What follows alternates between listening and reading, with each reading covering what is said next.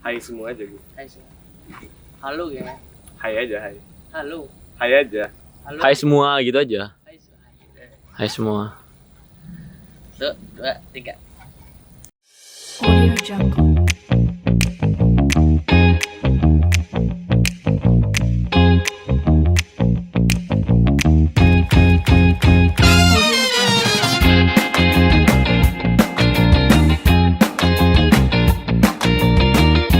Hai semuanya. Apa kabarnya semua yang ada di rumah? Baik-baik aja kan?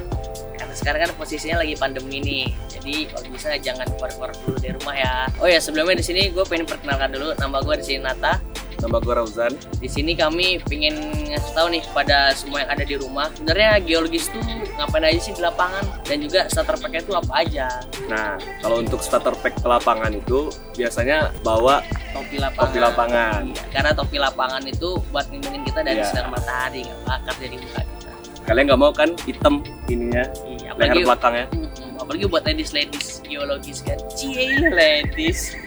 Terus selanjutnya itu baju lapangan. Baju lapangan itu penting banget supaya kalian itu ke lapangan senyaman mungkin. Betul itu. Dan biar badan kalian tuh nggak lecet sama keringat itu nggak bikin ganggu lah. Biasanya baju lapangan itu punya kantong banyak buat simpenan alat-alat apa gitu. Alat kita di lapangan nanti kayak loop, kompas. kompas. Terus juga jangan sampai lupa buat pakai celana lapangan. Nah, kalau bisa itu celana lapangannya jangan jeans, jangan yang kayak gini.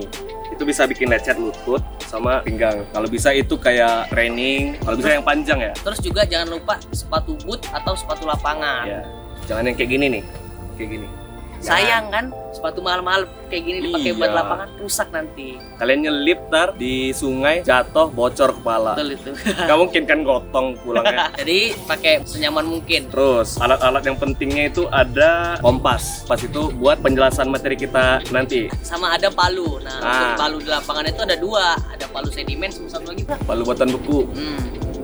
Jadi buat batu-batu kita temuin di lapangan nanti pakai palu yang sesuai. Boleh sampel ntar dibawa pulang. Nah, betul itu. Tapi jangan asal mukul, dimarahin dosen nanti. Kayaknya pengalaman deh kak.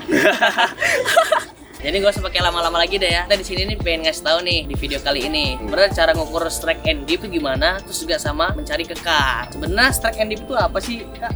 Kalau untuk strike itu merupakan arah jurus dari suatu lapisan. Nah, kalau dip itu sudut kemiringannya. Terus juga itu cara ngitungnya gimana sih kak kalau pakai kompas geologi? Cara ngitungnya kayak gini nih.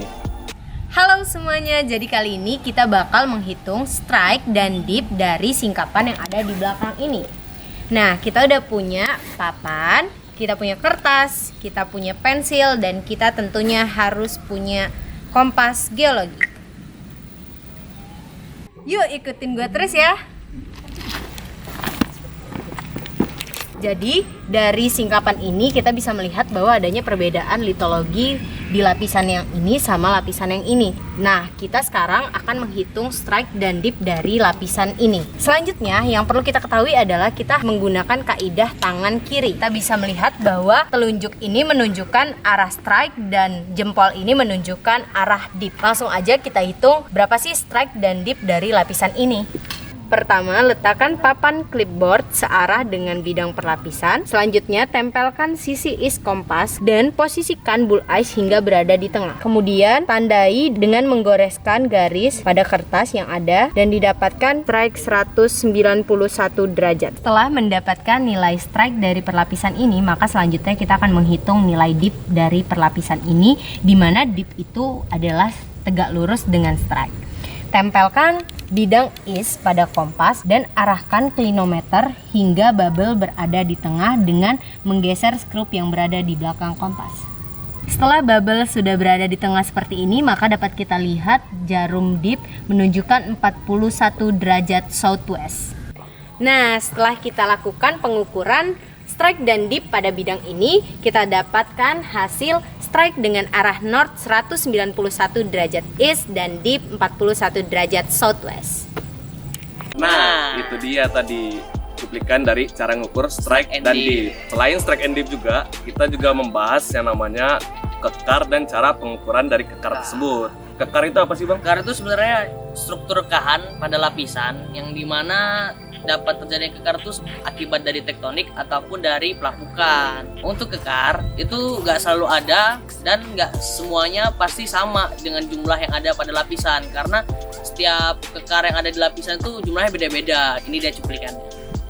Oke, baik, di sini kita akan menghitung kekar. Seperti biasa itu ada singkapan di belakang.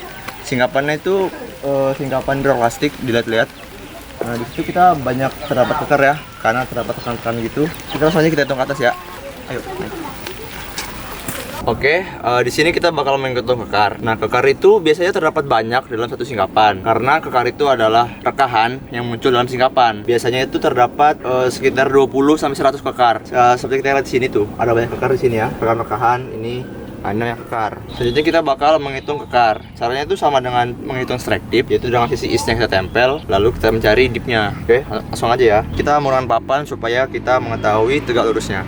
Nah, ini sisi is yang kita tempel ke papan.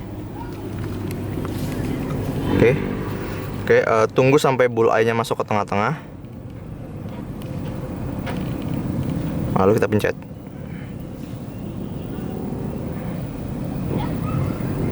Oke, berarti arah kekar menunjukkan ke 160 north. Ini adalah bidang strike-nya ya. Cara menghitung dipnya itu ada tegak lurus dengan bidang strike. Lalu kita menggunakan kilometer yang ada di kompas. Oke, jadi jika sudah kayak gini, kita tegak lurus. Oke, kita hitung supaya kronometernya berada di tengah. Oke, berarti arah dipnya menunjukkan arah 73.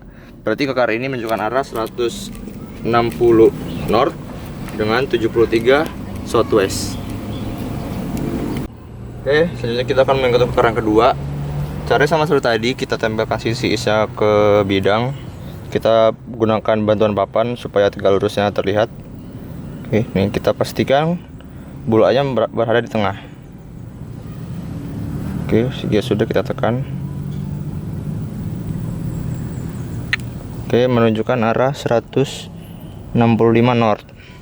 Oke, dapat ya bidangnya di sini. Baru kita tegak luruskan untuk mencari dip.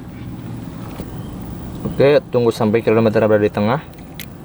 Nah, kita dapatkan dipnya di 80 southwest. Berarti arah kekar ini menunjukkan north 165 dengan dipnya 80 southwest. Nah, itu dia. Tuh cuplikan dari cara pengukuran kekar. Mungkin cuman itu aja yang kita bahas di video kali ini tentang strike, dip, sama kekar. Sebenarnya juga banyak tentang ekskursi-ekskursi lain dengan matkul-matkul yang berbeda. Nah, jadi sebenarnya ekskursi itu merupakan terapan ilmu dari yang apa yang kita dapat dari praktikum. Jadi hal-hal yang kita dapat dari praktikum itu kita terapin di lapangan.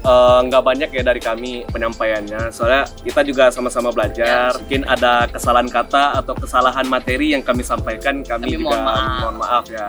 Nah, jangan lupa buat like, comment, and share video ini. Sama satu lagi jangan lupa subscribe ya. Kalau gitu sekian dari kami, salam geologi.